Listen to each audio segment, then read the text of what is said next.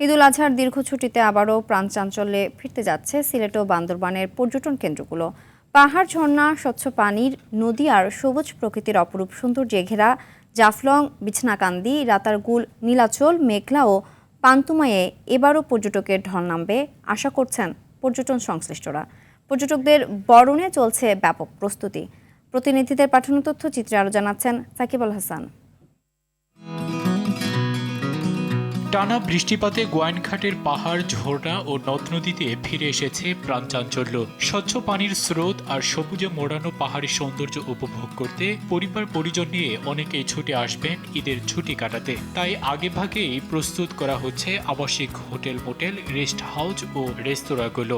আমরা ফুল প্রস্তুতি নিয়ে রাখছি যে লাখ লাখ পর্যটক আসবে, আমরা তাদের বরণ করার জন্য আমরা সুব্যবস্থা করে রেখেছি। গ্রুপিং পার্টি আসে তাদের জন্য স্যাক্রিফাইস, এবং যারা আগত পর্যটক আসতেছে ঈদ উপলক্ষে তাদের জন্য তো অবশ্যই ডিসকাউন্ট। প্রাকৃতিক সৌন্দর্যের লীলাভূমি সিলেটের জাফলং, রাতারগুল, সোয়াম ফরেস্ট, বিছনাকান্দি ও পান্তুমাই ঝর্ণায় পর্যটকদের নিরাপদ ও স্বাচ্ছন্দ্যময় ভ্রমণ নিশ্চিত করতে স্থানীয় প্রশাসন ও পর্যটন সংশ্লিষ্ট ব্যবসায়ীরা নিয়েছেন নানা উদ্যোগ। পরিষ্কার পরিচ্ছন্নতা, নৌযান ব্যবস্থাপনা, যানজট নিয়ন্ত্রণ এবং নানা নিরাপত্তা নিশ্চিতে সমন্বিত প্রস্তুতির কথা জানালেন এই ব্যবসায়ী নেতা।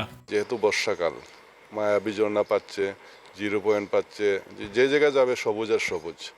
তাই আশা করি এই লাখো পর্যটক আগমন হবে। পর্যটকদের সার্বিক নিরাপত্তা নিশ্চিতে সার্বক্ষণিক দায়িত্ব পালন করবে আইন শৃঙ্খলা রক্ষাকারী বাহিনী। আজকে যে মিটিংটি করেছি সেখানে অত্যন্ত ফলপ্রসূ আলোচনা হয়েছে। আমরা পর্যটকদের স্বাগত জানানোর জন্য আমরা প্রস্তুত আছি। এদিকে ঈদের ছুটিতে বান্দরবানে পর্যটক বরণে প্রস্তুত ব্যবসায়ীরা। জেলার হোটেল, মোটেল ও রিসোর্টগুলোকে নতুন রূপে সাজাতে ব্যস্ত সময় পার করছেন তারা। পর্যটকদের আকৃষ্ট করতে বিভিন্ন হোটেলে দেওয়া হচ্ছে বিশেষ ছাড় ও ঈদ প্যাকেজ। এরই মধ্যে আগাম কিছু কক্ষ বুকিং হয়েছে বলে জানান ব্যবসায়ীরা।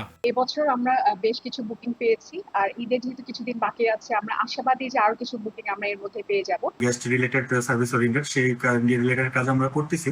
আবহাওয়া অনুকূলে থাকলে এবারের ঈদ মৌসুমেও লাখো পর্যটকের পদচারণায় মুখর থাকবে পর্যটন কেন্দ্রগুলো, এমন প্রত্যাশা সংশ্লিষ্ট সবার।